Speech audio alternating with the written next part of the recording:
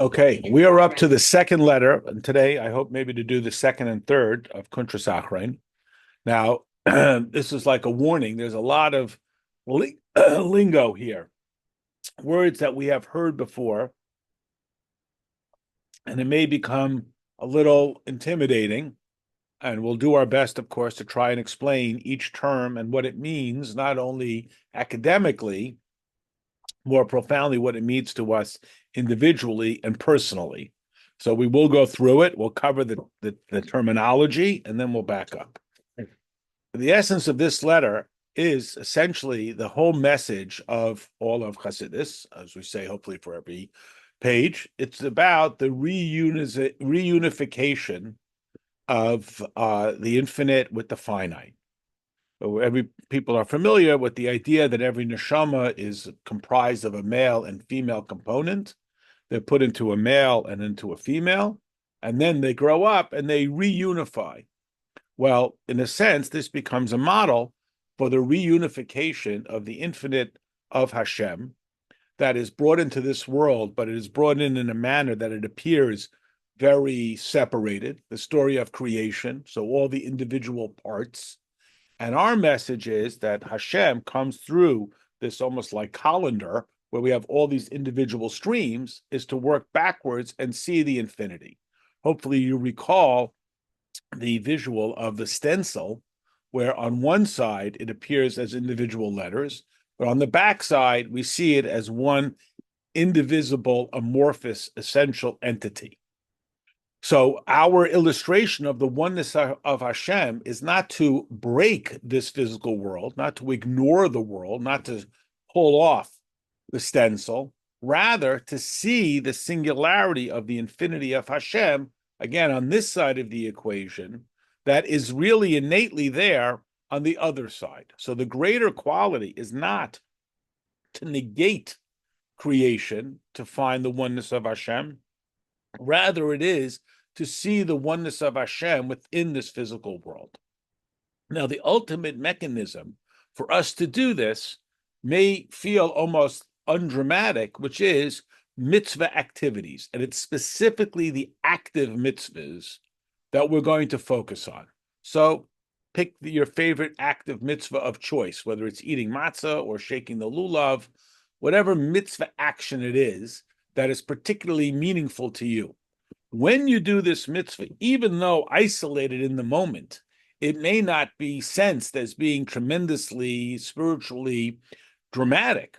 What the person is accomplishing is to illustrate this oneness of Hashem, that Hashem's oneness is not only not challenged by the apparent existence of the world.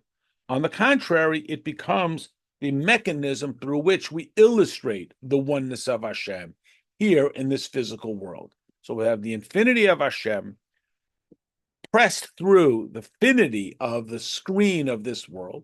And on this side of it, we get the individuation. When we do mitzvahs, we are illustrating the oneness of Hashem, that the world is not in conflict with godliness, that the world is not innately an absolute enemy of Hashem. It is a cooperative opportunity, and it needs to be refined. And just as Hashem, so to speak, overcomes his stature of infinity to squeeze himself into a creation that is finite, we can overcome our nature, which is basically to be self-preserving and self-concerning, and let's frankly call it self-serving, to overcome that and be in the service of something greater, not by ignoring the world, by illustrating that the world and Hashem are absolutely one. This is the challenge, the infinity of the oneness of Hashem. And it is particularly through the mitzvah actions. Now, this may seem, hopefully it seems, incredibly obvious to us, because one of the phrases that we probably heard from the Rebbe more than any is the paraphrase of Pirkei Avos, Hamaisa hu ha'ikar. The main thing is to get the job done. Now, nobody disagrees with that because it's a Mishnah in Pirkei Avos. There is another Mishnah. The Mishnah says, Talmud Torah keneged kulam. The study of Torah is the parallel to them all. And in some communities, and again, no one disagrees with that, it's a Mishnah. In some communities, that's their emphatic point, and therefore their primary is about the study of Torah. Now, as we are going to illustrate here, that also is a form of action because it requires our physical human body to be engaged, including everything down to the enunciation of the words, as we will discuss. Now, of course, once Hashem puts that infinite godliness into this world, that godliness is subject to being hijacked by a world of its own self-aggrandizement. And again, we've probably all encountered this, where somebody takes half a statement in the Torah and they say, you see, this is so ridiculous, therefore I can eat pork chops. They say, you see, this is so unjust that therefore I don't have to follow it. Or they could use it as a mockery of God and so on. We are all, I imagine, familiar with this experience.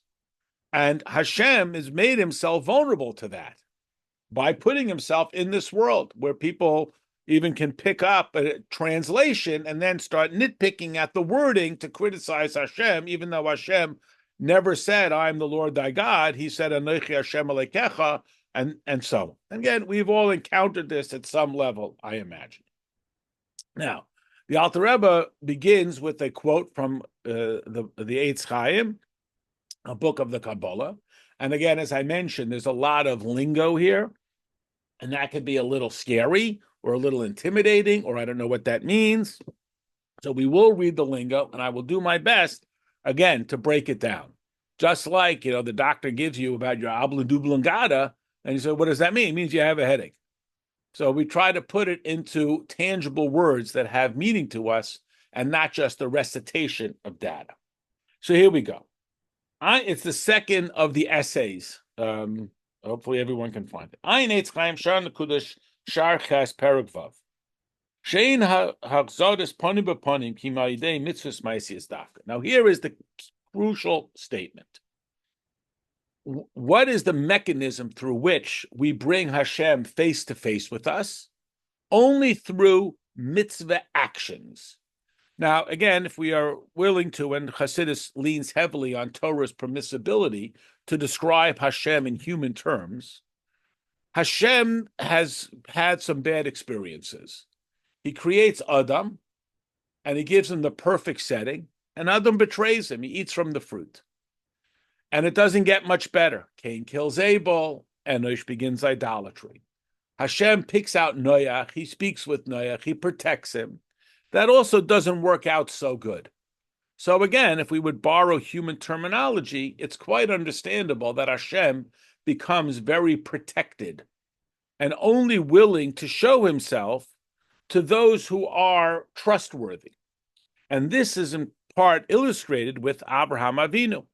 Unlike his predecessors, Adam and Noach, the sort of primary characters who come before him, and again, we're not here to beat up on them, but basically fail, Abraham is not as described, or we are not given any insight as to why Hashem chooses Abraham.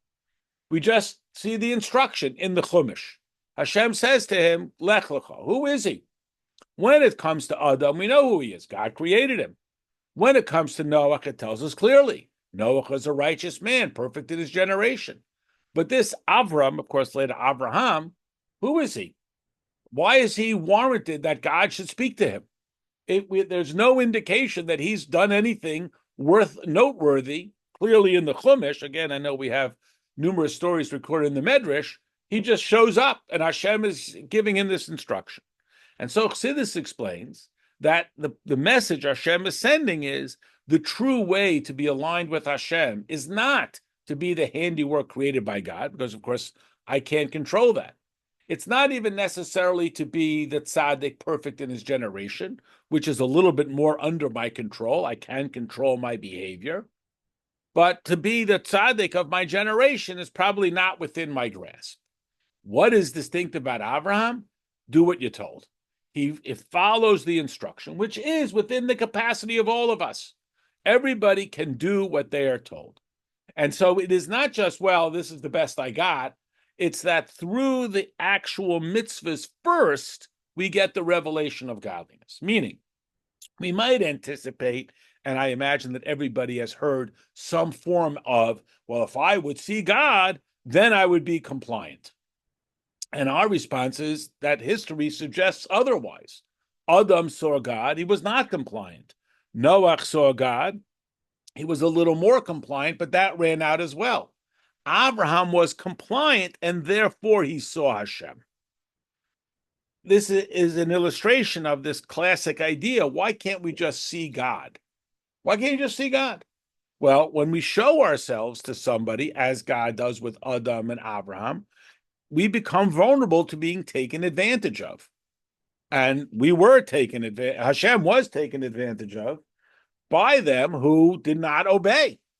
So Abraham and we following in his path, it's the obedience first. Now, this is not just like, let me run you through some random sort of hazing. And then if you pass the test, we'll take you into the basement and show you the godliness. We would say, on the contrary, this is the mechanism through which we see the infinity of Hashem, through the compliance. And this is the point of this whole essay, that our opportunity to see the infinity of Hashem, panim b'panim, face to face, is effectuated by doing the mitzvahs. And again, it's not just because we demonstrate that we will behave and we will comply. That is the whole purpose of creation. And therefore, that is where the circuit is completed in our experience of godliness. So had Adam been compliant, he would have sustained it. Had Noach been compliant further, he would have. By Abram being compliant, that creates it. This is also somewhat, as we mentioned, why the Alter Rebbe chose to publish the Book of the Intermediate Man before he published the Gate of Unity. Even though, as it's indicated, that he wrote that second section of Tanya before he wrote the first section. And the explanation is, the first section speaks about how we have a relationship with Hashem. And the second section speaks about Hashem. So the thinking was, well, I can't have a relationship with Hashem until I know who he is. And then we said, well, no, not necessarily. I can have a relationship with Hashem before I know who Hashem is. And not only can A come before B or B come before A, it's that through having the relationship, I come to know Hashem. When I do the mitzvahs, it's not just that I earn it, that is the mechanism through which I become close with Hashem. Now, there's a great risk that Hashem takes, as illustrated by any time someone does an Avera. Hashem creates the person, breathes the breath of life into their nostrils, gives them their existence, and sometimes they disregard God. That is, Hashem puts them in this world, gives us free choice, gives us the material capacity, the functionality to be in alignment with Hashem, and sometimes we don't align with Hashem. Sometimes we hijack that gift of godliness to do our own thing.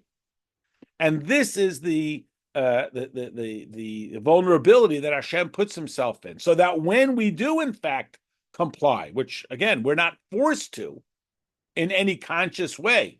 We don't sense that we must keep kosher or eat matzah or shake the lulav. No one's going to reach down from the sky and force us. So when we do so voluntarily. We are like facing Hashem, panim b'panim, face to face.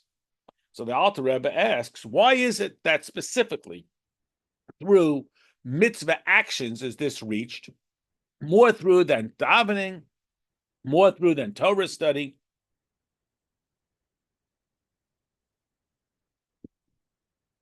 What is it that is specific about mitzvah actions? And again, we are familiar with, the deed is the most important thing. And excuse me, are you Jewish? Put on tefillin, light the Shabbos candle, shake the lulav, immediacy, actions. There are other schools of thought that say that's not where you're going to find the essence of Hashem. Again, no one is advocating for not doing it, but that's not where you're going to find the essence of Hashem. But Tam Hadavar, the reason is, when we do, and we use this term good deeds, which we'll talk about in a moment, we create a union above. Now, people may be familiar, there's a psychological thing where people ask, what is your love language? And one is acts of service. How do I feel that I'm close with somebody when they do something for me? Now, Hashem has created the world with a plan. And his plan is that this physical world should illustrate the oneness of Hashem, because that is, in fact, a true accomplishment, meaning that the angels admire God. And again, any societal structure can get caught up in this. The inside people, of course, it's important to them. They live in that bubble. But they can get the people who are not intuitively in that bubble to be aware of the significance. Now they've truly done something special. So, of course, if I sit around and talk with like-minded people, we all can agree with each other. But it's when we can bring this out from within other people that we have truly expanded the message. So that the angels all say, holy, holy, holy, it's valuable. It's not worthless, but that's not an accomplishment. Because again, they basically have no choice. They basically are compelled to be compliant. And they have a sort of self-interest because the vice president wants the president to win because that validates their status. And it's specifically when we do mitzvahs that we effectuate this true union that is not born of any compulsory. Now, here we call it the good deeds. Now, we know that, yes, mitzvahs do beneficial things, but we don't do mitzvahs because they're good deeds, because sometimes we don't even see why they're good, and sometimes they may seem harsh. What then is the distinctive characteristic of this term, quote, good deeds? Because a person could do a mitzvah and it not be a good deed. Why? Because they do it begrudgingly, or they do it simply out of habit. They do it without any lift to it. They do it like you do you a favor, like you're doing me a favor. And again, I can only imagine that we've all been on the receiving end of people who do us a favor with enthusiasm and love and respect, and people who do us a favor like they're doing you a favor. And that's why they have to be maisim toivim in order to effectuate this face-to-face with the infinity of Hashem. So if the person says, I ate matzah and it was dry and I didn't like it, how come I didn't have a deep spiritual experience? Well, no deposit, no return. What did I invest in it? Only a perfunctory behavior. So I get a perfunctory response. So our mission is, in this essay, to understand why is mitzvahs maisius, mitzvah actions. Why is it mitzvah actions? Yuvi mashkasa b'shar man umad. We will understand this based on what is written in the description of man and mad. Now, in this context, these words, which I'll explain, I know it's lingo, but we'll be patient with it. They are just a reference to like the chapter number. But what it refers to is man is Mayin Nukvin, the feminine character, and Mad is the masculine character. Now, this illustrates this basic concept. The man brings home the wheat and the wife turns the wheat into bread. This is how a child is developed. And what prompts the man to bring home the wheat is when the wife solicits him to bring forth something greater. The more she solicits, the more generous he is. So Hashem gives us bracha. The more we use those brachas in the service of Hashem by turning nature into art, the more Hashem wants to provide us with nature. So the rain produces the wheat, and we turn the wheat into bread, which prompts Hashem to bring more rain to produce more wheat. This is a basic social dynamic, and it's clearly a spiritual dynamic. The more that the world prompts Hashem to be forthcoming, the more Hashem is forthcoming. What prompts us to be forthcoming? By taking what Hashem gives to us, and transforming it into a gift to Hashem. As the previous Rebbe summarized it, God gives the Jew material things. Our mission is to turn the material into the spiritual. Ki tzarich tchila halos man de nukvin de za uman de nukvin hem bechinas asiyah k'mo sheyispar shama perak aleph. So again, I'm going to translate. It's a lot of lingo, and then we'll come back to it. So the mechanism is that first, the feminine of nukva, again, the recipient of Zeir Anpin, the 6 spheres, identifiable spheres, should rise up to the masculine side of nukva, that connection point. And that is through action. What does that mean? So again, at the simplest level, the more she's going to turn the wheat into bread, the more he's going to want to bring wheat. He will be prompted to respond to her a transformation of his gift from nature into art. So within the character of the spheroids, there are the 6 primary character traits, which are all very personal and internal. And then the way they are brought together and made into a whole entity. So otherwise, I got a bunch of ingredients, but the artist takes the ingredients and transforms them into something useful. So that is the man. What is going to prompt Hashem to give us more? When we say that we will take what he gives us and transform it into what he wants. So what is that? That's the mitzvah actions. These good deeds, and again, remember that idea of good deeds, nikra kisuach v'kitzutz hakutzim. It is called the trimming and the hacking away of the thorns. Now, remember, and again, hopefully not, but unfortunately, probably everybody has had the experience where they have reached out in a manner of saying, I will nurture what you give me, only to be abused, only to be unappreciated, only for him to bring home the wheat. She turns the wheat into bread and he just eats the bread and walks away and doesn't respond with greater connection. That's the klipa. What does klipa do? It takes the gifts which Hashem puts into this world and it takes them for its own use. So I entrust somebody in order to receive, and not just to receive, but in order to create a relationship. That's a better way of describing it, so that we will have a healthy continuity. And if the person just takes what I give them without creating a healthy relationship, it's a form of abuse, essentially, where they take what I've given them for themselves rather than as a mechanism for creating a godly dynamic.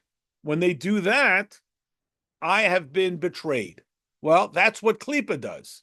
Hashem says, I'm giving you my trust, and rather than responding with honesty, it responds with selfishness. So how do we prevent that from happening? Meaning God had, as I keep calling it, some bad experiences with Adam and Noach.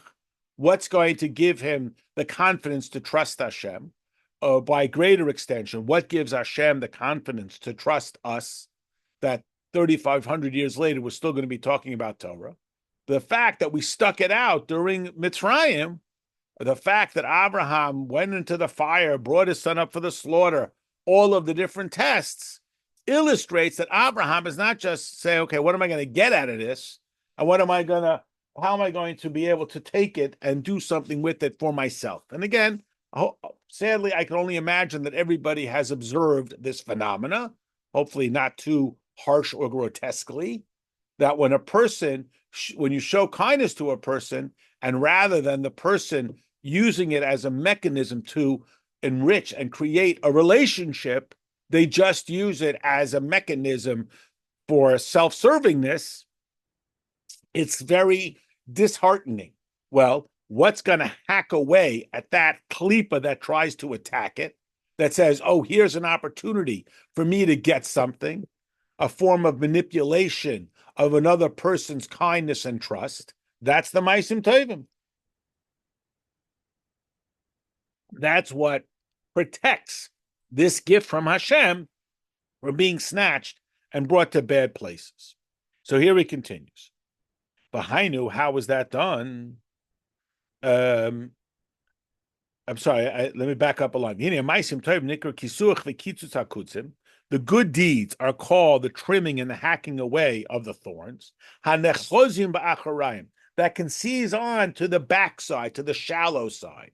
That rather than seeing the wheat as a gift and expression of and a bid for connection, they just see it as wheat. They take the wheat and they go off.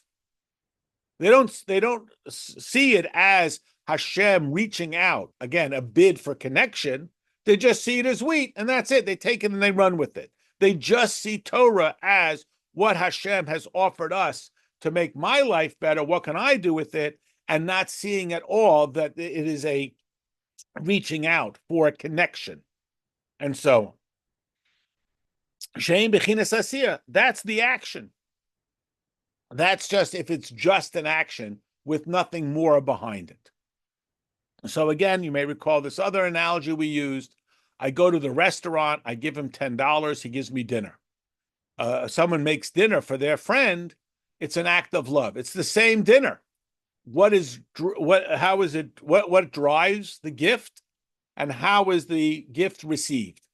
If it's just a commercial exchange of goods and services, so it shouldn't surprise me that there's no relationship enrichment from the fact that I gave him $10 for this food. But if it's driven by an act of connection, then it's not even about the food, but without the food, you can't have this connection. So this is the delicate danger that's going on here. So here we says,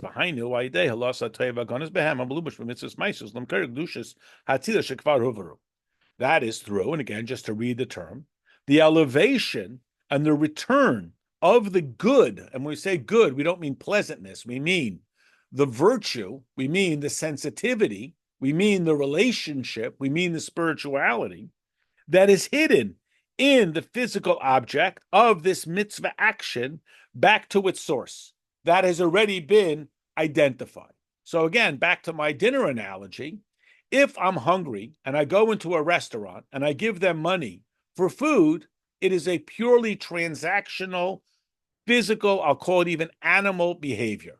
I gave him something, he gave me something, I'm happy, he's happy, we part our ways, never to see each other again. When I want to show somebody love, and I know that they are hungry, so I invest my identity into this food, I bring it to the person who sees it not only as basic vitamin nourishment, they receive it as an act of kindness and love. So yes, it's the same behavior of eating the food. It is identifying the godliness, the spiritual, the good. And again, good not as in pleasant. They identify that there is something far more here than simply an exchange of goods for a profit or for nourishment, etc., as we discussed. The Alter Rebbe anticipates a scholarly question. We have a quote there in the Zohar that Adam was also able to accomplish this even through davening, which seems to contradict our rule that it has to be an action mitzvah, and we think of davening as not an action mitzvah. The Alter Rebbe says, not so fast. I know, what does that mean? He says,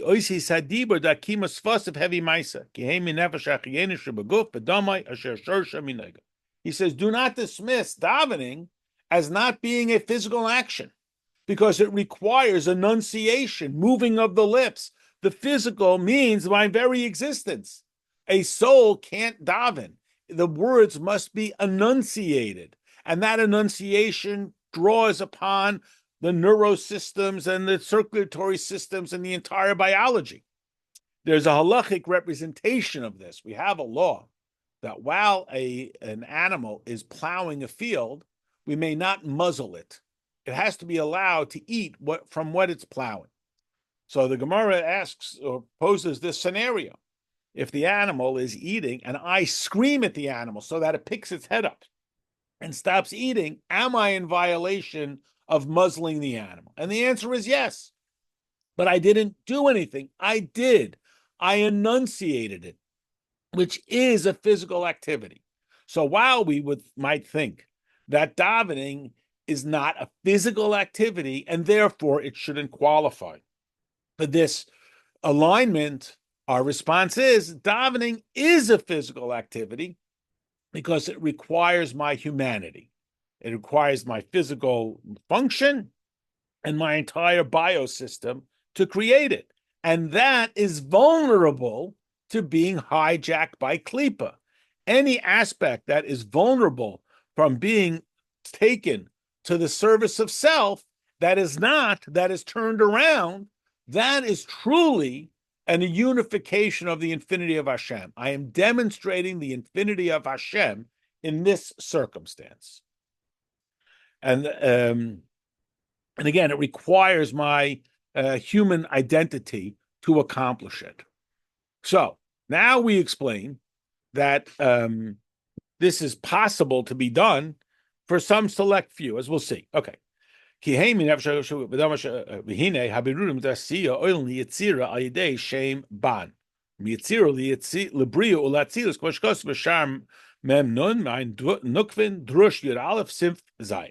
again, this is a lot of lingo, but it's all words we've heard before, and it shouldn't be too intimidating.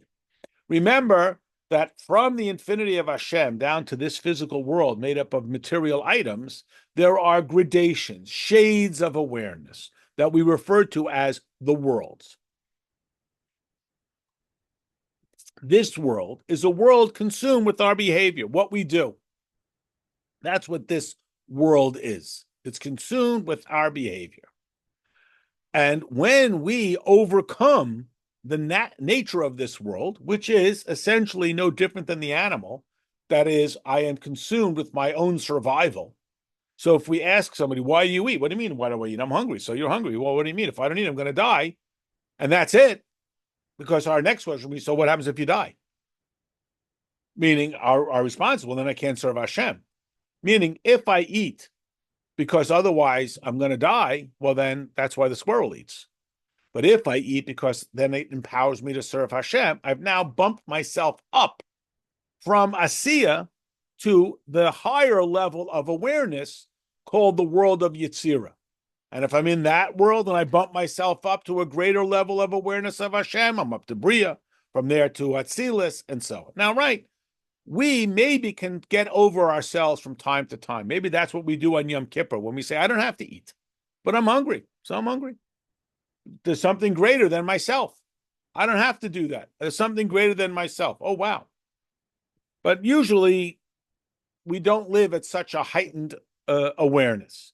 But it is that idea, and that is the service. Now, here, the Alter Rebbe lays out this word, the Shem Ban, the name called Ban. Now, it's a little bit of math. We've encountered this before. Ban, in this context, is just the number 52. Beis is 2, Nun is 50. Where do we get 52? So follow along here. And again, it's math, so it's understandable, but you don't have to grasp every nuance of it, and you can still get the idea. The name of Hashem that is imaginable to us is the Yud Hey Vav Hey name of Hashem. And we talked about this many times, imagining it vertically. It's the word letters for tense. We live in a world of yesterday, today, and tomorrow. Hashem is all three of those concurrently, and so on. Another mechanism of insight from that name is if we phonetically spelled out the names of those letters, Yud and Hey and Vav and Hey. Now, how does one phonetically spell the word Yud? Yud, Vav, Dalet. How do you phonetically spell the word Hey? Well, there are variations. One is Hey, Hey. Vav, you can spell it Vav or Vav, Aleph, Vav. And again, the Hey. Now, these variant spellings will, of course, create a different gematria. Remember the rule that the letter symbols are also used for numbers.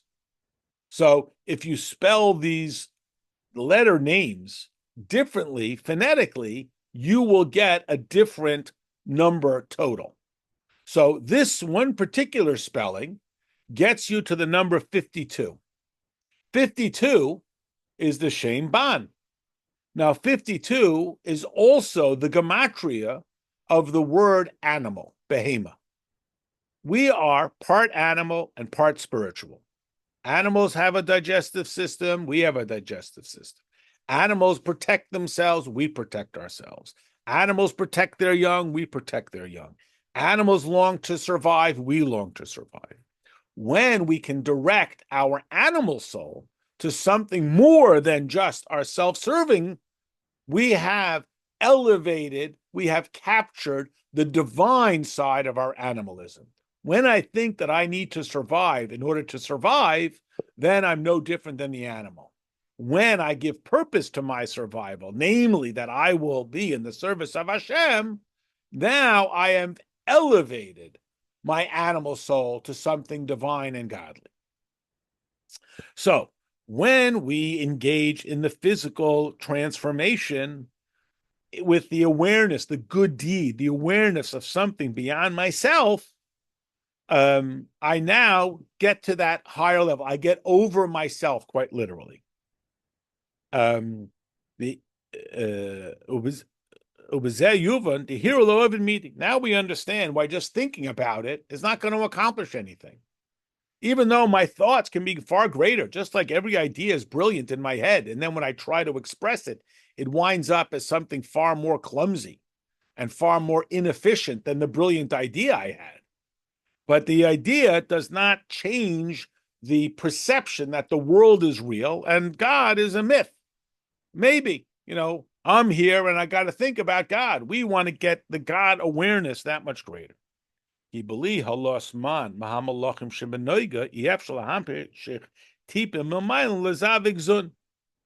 if we don't make the effort to approach Hashem, Hashem will not be prompted to respond to us. Again, if you've ever offered someone friendship and they basically, even if they're not rude, they basically say, leave me alone, mind your business, you feel rejected or pushed away. But if you're the new kid and you're hopeful that somebody will come to you, or if you are the scholar and you're perfectly content to sit and study, you're not going to insert yourself unless there's some level of receptivity. It's kind of a chiddush that the Rebbe created, that we're going to go out and we're going to stop people in their day and offer them mitzvahs. And you said, but they're not interested. No, they really are interested. That is our philosophy, that they do. We are judgmental. They want to do the mitzvah. They're just shy. They just forgot. They just don't know. Because it is kind of an odd thing to be abrupt in that way. If somebody wants help, we don't stop strangers in the street and say, I'm a doctor. Can I do a checkup for you? Why? Because they're not interested. But if they come to me, it is. Now, in this idea, we are the ones who, again, prompt Hashem to express himself. Why is it that he won't otherwise? He writes a linik me'imer v'lo lashpia lamata, k'mishkos b'sharman drush beis v'ayin zoyer parshas pekudei daf reish v'em dalet amid beis. Because the nature of people is they'd rather take than give. Now that sounds incredibly selfish, but again, if we're willing to tone it down from the most grotesque illustration, this is what happens constantly. Why does Noah have to be forced off the ark? Who wants to leave the ark? Here in the ark, there's safety. Here in the ark, there's identity. Here in the ark, the wolf lies with the lamb. I know myself. Everything's fine. We're in the wilderness. God is raining manna down from heaven. Who wants to go into the land? A person's sort of statistical likelihood is, I'd rather get than give. Because giving creates vulnerability, not just because I'm lazy. I'd rather sit and study all day than go and teach other people. So what's going to prompt Hashem to be giving? If we will show an interest. So again, imagine that you're a teacher and you want to teach people, whether it's Torah or you want to teach them to play the piano. So you're going to stop strangers in the street. You're going to hang up posters all over the place. You're going to cold call people. You're not likely to get a lot of people. So you know what? I'd rather play the piano myself. But what if somebody comes and says, will you teach me the piano? And they really want to learn sincerely and genuinely. Now I'm probably sure. I can't wait. They say, what's the secret to Chabad? It's not a secret. You just give the slightest inclination. You might possibly be somewhat interested. They'll show up at your door with tefillin and sign your kids up for camp. What's with the blowtorch? That's it. They can't wait. So Hashem too, but you got to give Hashem some sense that you're going to cherish it and you're not going to abuse it. So we stuck it out in Mitzrayim. We crossed the sea. And then we said, Nasiv and Nishma. Hashem says, okay, you got a deal. Because we said we will do it. And that's what prompted Hashem's response. So what about people who are able to accomplish this type of alignment with Hashem through the mere concept? And sometimes you can observe this, a beautiful illustration. You have a married couple, been married 70 years. They're so unified. What are they doing for each other anymore? They're physically maybe incapable of being of service, but it's just the mere fact that they are in union. This is the reserved for the rarest of tzaddikim who can have this type of union simply through awareness and concept without mowing the lawn and making dinner and doing grocery shopping together. This is possible for the rarest of the rare.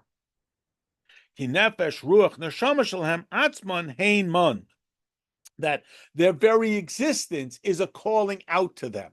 And again, I mean, unfortunately, it's sometimes illustrated when the one passes and they say the other one is so depressed. What are you depressed? What did they do for you already? You've already have someone else caring for you and taking care and doing everything. Why? Because their very existence is one with you. Their very existence has become absolutely one with you. This is for the rarest of the rare tzaddikim, that their very being is a calling out to Hashem. Like the person who can't imagine themselves, as the Rebbe once said. That's what true love is, not romance novels, but the idea that I cannot live without this other person like they're my right hand. We become so one. Why? What do they do for you? They don't have to do anything for you. What is Yisker? Because I need someone to make peanut butter and jelly for me? I make my own peanut butter and jelly. What are you longing for them? Because I'm longing simply for them, for their being. That is the rarest of the rare. That is the tzaddik at the highest level. Their very existence is a total surrender or mesiras nefesh for Hashem. And when we say the tachlan prayer and we fall, man, on our head, and we sort of have this total submission, and we say, Elecha Hashem nafshi esa, to you, Hashem, my soul calls out. I cry out to your very existence. That is, again, the rarest of the rare, that my very existence is unified with the infinity of Hashem. For most of us, it's through the service acts. Again, if you think about the young couple, their love is embodied. It's not the product of, but it's embodied in the behaviors from the simple acts of kindness and so on. Yes, after 70 years, their very existence is one. But that's the rarest of the rare. That's the rarest. That's like the tzaddikim here. Okay, we have a few minutes. Let's at least start the next letter. So if you recall, again, we just mentioned it here, the idea of the 4 stages of awareness. How aware am I of God? So again, my simple illustration, if you ask me what's in the room, the books, the people, what about God? Oh yeah, that too. But it's not my immediate awareness. Can I get to my immediate awareness? Can I make Hashem at least as real as the box in front of me? That when I'm listing the things in the room, then can I get it where that's even more real? These are the stages of awareness. Now, when we daven, we have all had the experience where we daven, we just run through the words, and then we daven where it truly becomes an uplifted experience.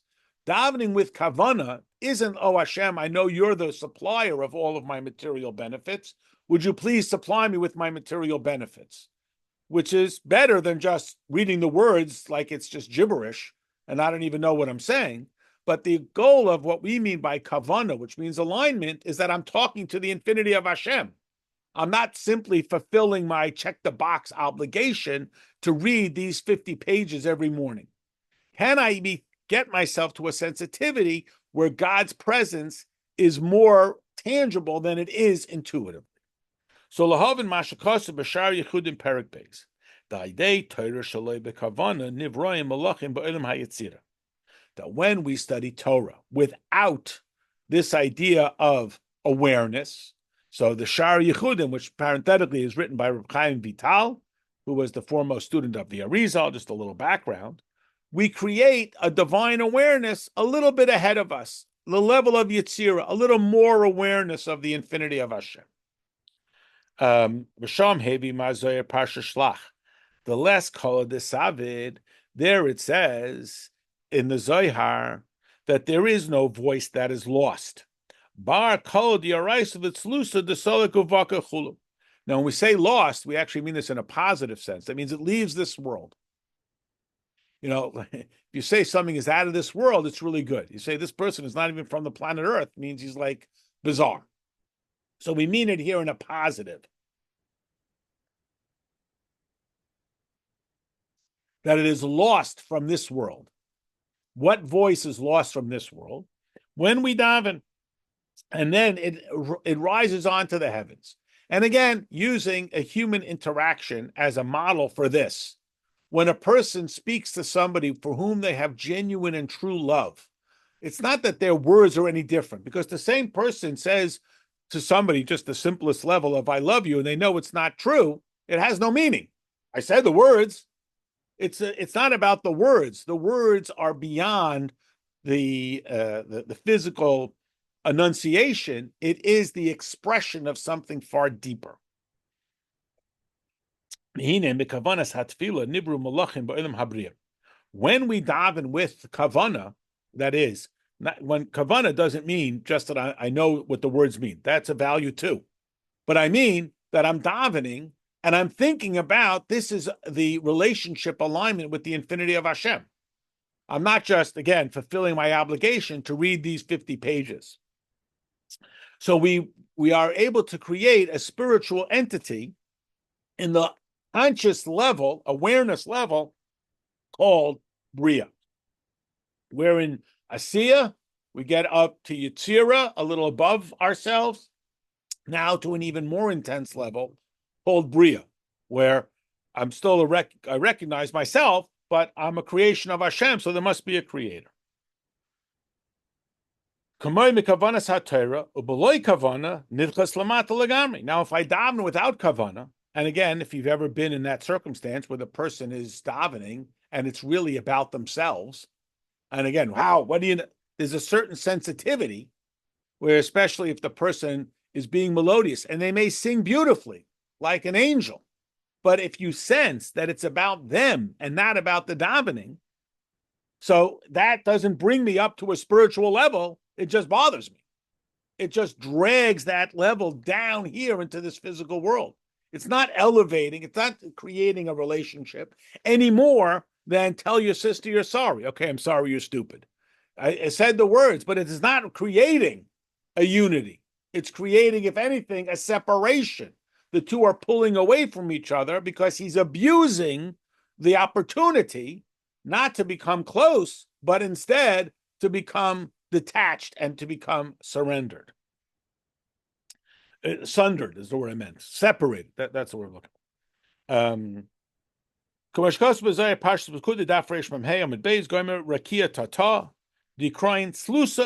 They're called invalid prayers. It's invalid because it has, again, don't tell me I'm sorry when you're not sorry. Don't tell me you love me when you don't love me.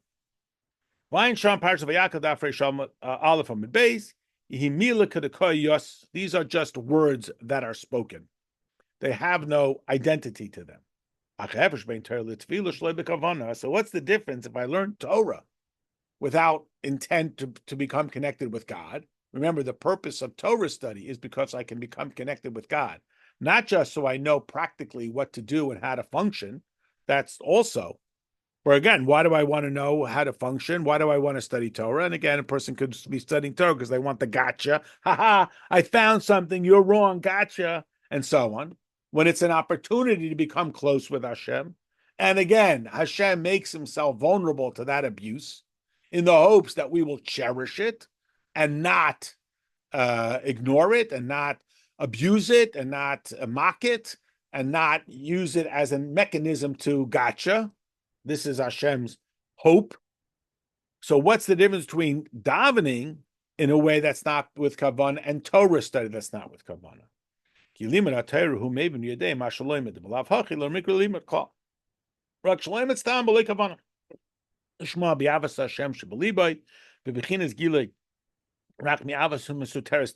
recall this from earlier in Tanya, that when we say you learn Torah, it means you understand it. I mean, it's not just reading words of the Talmud, because otherwise it's not called learning Torah. And here we're not talking about some grotesque form where the person is studying it so he can get A's and he can tell everybody how much smarter he is than everybody else, or that he can have the gotcha, or he can be the hero to come up with the most brilliant insight. He just does it. Why does he do it?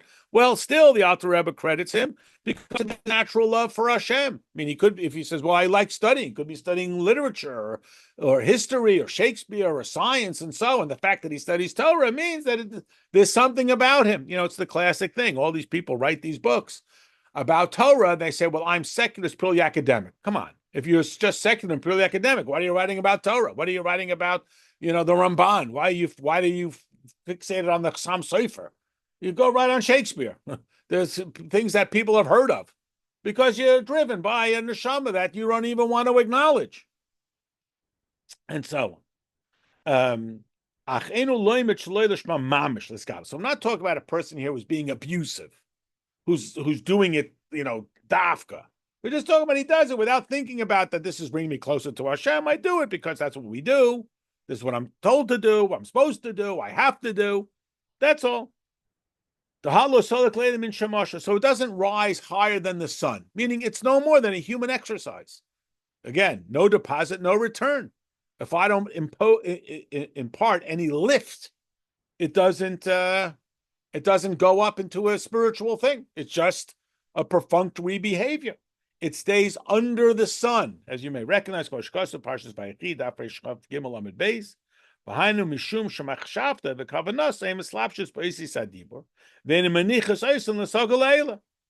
That when I study something, when someone does me a favor, the chef makes the food in the restaurant, why is he doing it? So he gets paid. Yes, he may enjoy the art of it. And again, you can see in art, not that I know anything about art, but any form of art, from making dinner to any activity, someone who enjoys it, who puts their soul into it, they may enjoy the art. Doesn't mean they know anything about me. They just enjoy the art. So it reflects them. Sometimes it grossly reflects them. Sometimes it reflects their concern. I like to quote the story about Ari Goldman, who is a frum guy. He's a reporter from the New York Times. And he said that what was different about his experience with the Rebbe, he says, you interview and you meet famous people. Some are kind, some are generous with their time, some are harsh, some are terse. But you never get the sense that they're interested in you. They're interested in telling you what they think. They're interested in sharing their idea. Only the Rebbe was interested in him. He came to the Rebbe. The Rebbe said, "What's your name? Where are you from? Who are your family?" And so, I ask the questions here. Why? Because it becomes an opportunity for a bonding and a connection. So, if my Torah study is because I'm interested in this subject, now that I master the subject, I go away. So why am I surprised that it didn't create a spiritual bond with Hashem? Nothing ventured, nothing gained. I didn't deposit myself into it. I just was looking for a commodity called data. I got the data and I move on. So it's not going to be anything more than that. So too with davening. If I daven and I have all kinds of distracting thoughts, I start davening and I start thinking about all kinds of other activities and my whole list of to do. But I still have a basic idea. And look, the Alter Rebbe sort of pushes back. Well, he's still davening to Hashem. He still feels an obligation to daven.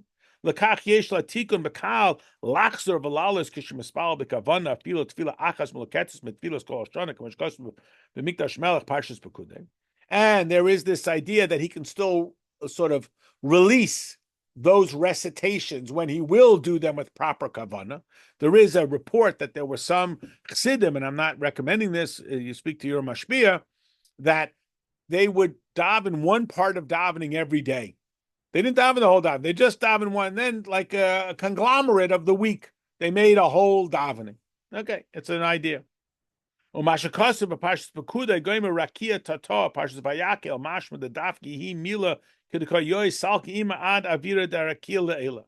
this is the idea. How much does our davening penetrate the spiritual? Meaning, how much of it is really about the union with me and Hashem? So again, a person can make you a 7-course meal, and a person can make someone a peanut butter sandwich.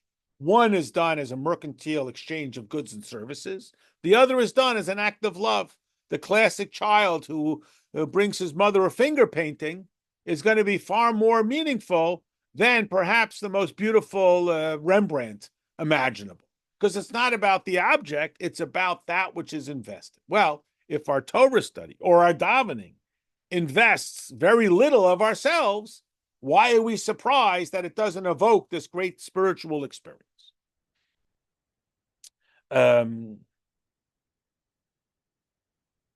Lokash the Rakia Tata mean a Rakia de Medabre. Goimer Alma Sheba Parshas Bekude, Hain the Malchus Dasia, the Parshas Vayakel, Hain the Zod Dasia, Kmashkos Beitz Chaim, Shara Shemus Perik Gimel Gabi Zod Dasia. So here again, I know it's a lot of lingo and it can feel a little scary, but we are anticipating this basic contradiction. We have a statement, it's in the Zohar and Parshas Bekude, that suggests that davening without kavana, that is, I'm just reading the words, is banished to the lower levels. And yet we are still, again, into the heavenly levels. So we have gotten over ourselves because, right, I could just sleep late or I could just be reading a book. The fact that I am davening means that I have become somewhat aware of godliness, even if it's somewhat perfunctory, even if it's the recitation of the Pledge of Allegiance and it's just some functional thing, but at least it's something more I have gotten outside of myself for at least a moment. And then we have a statement that says, no, you got to daven with proper kavanah for it to break into the heavenly. And the mere fact that I showed up is not. So what's this? So we say, again, what's the arrival level and what's the entry level? So again, we are parsing this. And we have I'm just imagining that everybody has experienced this, where someone does you a kindness and you sense the love and kindness in it, even if it's a trivial behavior. And someone may do something great for you, but you don't sense that it's done. And it's not yes, no. There's a whole spectrum of this process about. So again, our davening, yes, the fact that I daven, I get up and I come to shul. I could have stayed late. Right. That's true. Right. So it's true. So again, if our goal in life is, better than nothing, to live a life better than nothing. And some people, that's how they live their lives. Their life is, it's better than nothing. Okay. But that's not going to produce a rich, meaningful relationship. And some people say, well, that's just too hard. It's just too hard. And it is. It requires emotional intensity. But it's better than, right, sat on the couch. Okay, but we're not here for better than. We're here for mitzvah causes another mitzvah. And it's very challenging. And again, as we know, just from our own life experience, this is one of the hard things for, it's too hard. They used to say, oh, you religious people are so backward and antiquated and frumpy and so on. Now it's like, it's too hard. It's too hard. I'd rather just lay in bed and scroll on my phone. It's too hard. Well, right. That's true. It is hard. And this is what Shlomo HaMelech meant in that line in Koheles, which there was a time when they wanted to ban. Shlomo HaMelech wrote these writings, Song of Songs and Koheles, got people very worried. And he said, what value is there for all that a person toils under the sun? But that's the key word. So it sounds like, life is just worthless. And so, no, it means if it's only under the sun, if it's not above the sun, if it's not something outside of just my natural, then I'm no different than the animal who also functions under the sun. The distinctive gift of the human being, of the Jew, is our ability to rise above nature, the sun. We're not just going through the motions. We hope. I mean, we have that tendency. So when we push ourselves to go outside of it, we go above the sun, above nature. So here the Alter Rebbe addresses this sort of nuanced thing. Is it to the world, in the world? And again, it's like trying to put a number on something that's innately amorphous. How close are we because of this kindness? Or how kind is the kindness that you invest? It's a tough thing to try to put a number on, but we're trying. Lo kashemidi, rakia tata, min rakia de medabre. Alma, so again, it says the lower heaven. It's still the heavens. It's still. So in Parshas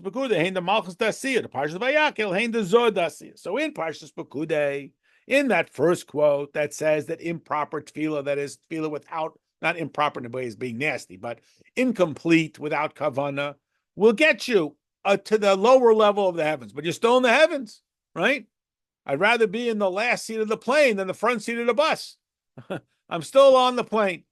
And that it says in Parshas Vayakel, that it's only when you properly enunciate it, that's talking about in order to enter into it. So, right, you want to be in the periphery, you want to be engaged, you want to be aligned. And unfortunately, our animal soul sometimes tries to make us satisfied. It's okay, you're just sort of in the room.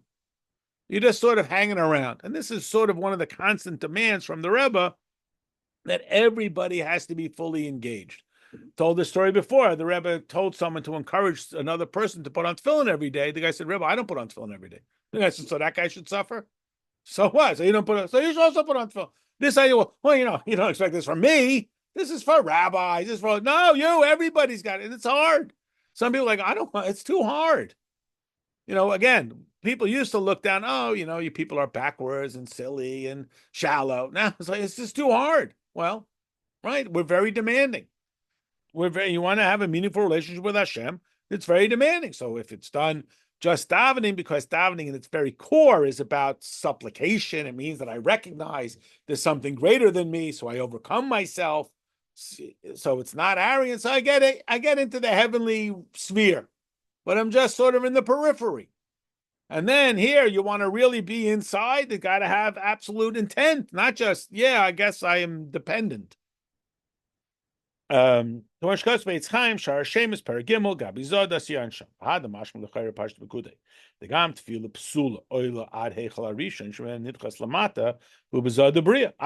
to argue, again, we get all academic here, that even an invalid davening gets you somewhere, right? Like they say, even a bad day of fishing is better than a good day at work, right? Because davening, again, in its nature, is about recognizing a dependence on something greater than myself.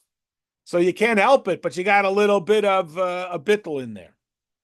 Look, Hashemid, Shariafila, Kolavonis, Mamish, Kalas, Vechamudas, Eilsa, Shamafila, Hechol, Hadalik, Mashkasev, Dafresh, Nun Beis, Amad Aleph, Alabadish, Ein Muhusa, Los, Shavas, Vein Erech, Vedimi, Beneim, Al Beshita, Hashem, Bovad, Vedal.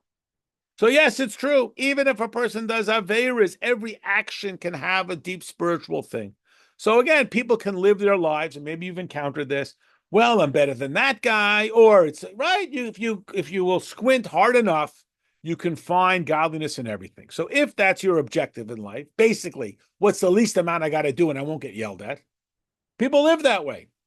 It's okay, right? At least it's better than murderers. At least I didn't do that. Okay, right. You're right. You're absolutely right. It's not untrue. It will get you into, but we are presuming that people are reading Tanya because they're not just interested in passing the time. That person's not reading Tanya. The people coming to the Alter Rebbe are doing everything right. They're good. They're compliant. Everything is fine. They're coming to the Alter Rebbe because they want a deep and transformative, meaningful relationship with Hashem. And then some go, well, there's a little too much. It's very demanding. So the Alter Rebbe acknowledges, yes. Or some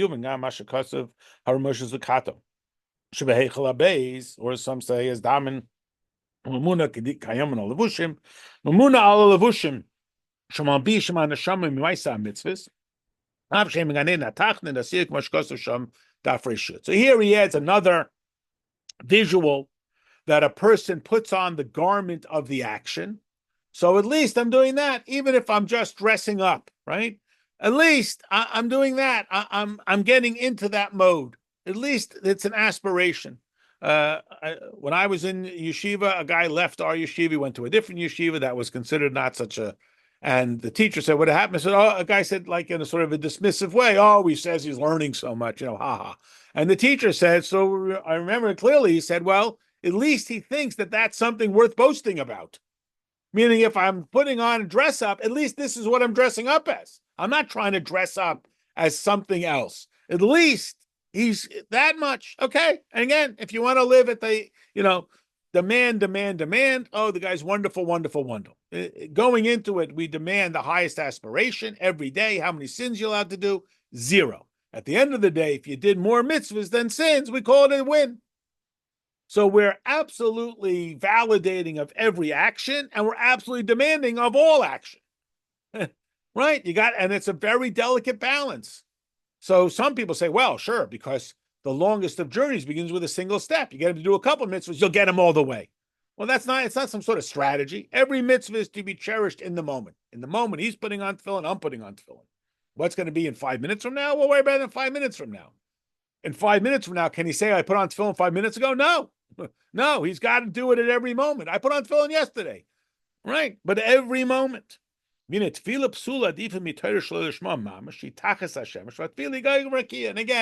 even an invalid davening, it's still got the character of davening to it. And davening is by its nature supplicative, prayer. I am asking for something. It means there's something greater than myself. Whereas Torah study could be just my own academic interest. The story in the Gemara that we said that Torah, the world only exists because the small school children learn Torah. What about the great scholars? You know what? Small children, they say, Kometz Alafah, they don't give you a story. I don't understand. I don't know. I have to think about it. I'm very troubled by that. They're not having it out. You tell them Kometz Alafah, it's Kometz Alafah, and that's it. And the adult right away, who said, and I don't know, and so on and so forth. Okay, so we start piling ourselves onto it. No wonder it's weighted down. So if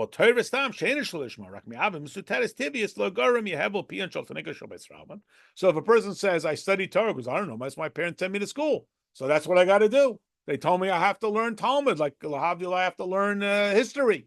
So it's certainly no worse than that. In a way, it's almost better because it's not his quote unquote agenda. And so on. So that's what you do. Because again, it pierces it because it has no self-absorption, no sin, no self-absorption. In contrast to the person, I got to think about it, and I know, and I'll see, and if I agree with it, and I'll research it, etc., etc., etc. It's not nasav initial. Even if he's, well, I don't want to get yelled at. If I don't get an aleph on my test, I won't get a candy. Even so, again, it's at that level.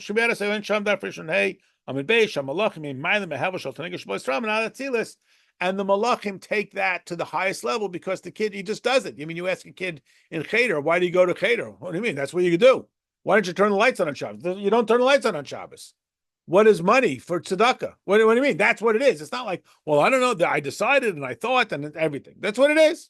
It just is that way. There's no conflict. There's no decision. It just simply is that way. So in a way, you'd say, well, that's very childish, right? But there's a certain beauty about that. The malachim can take that to the highest and most intense of levels.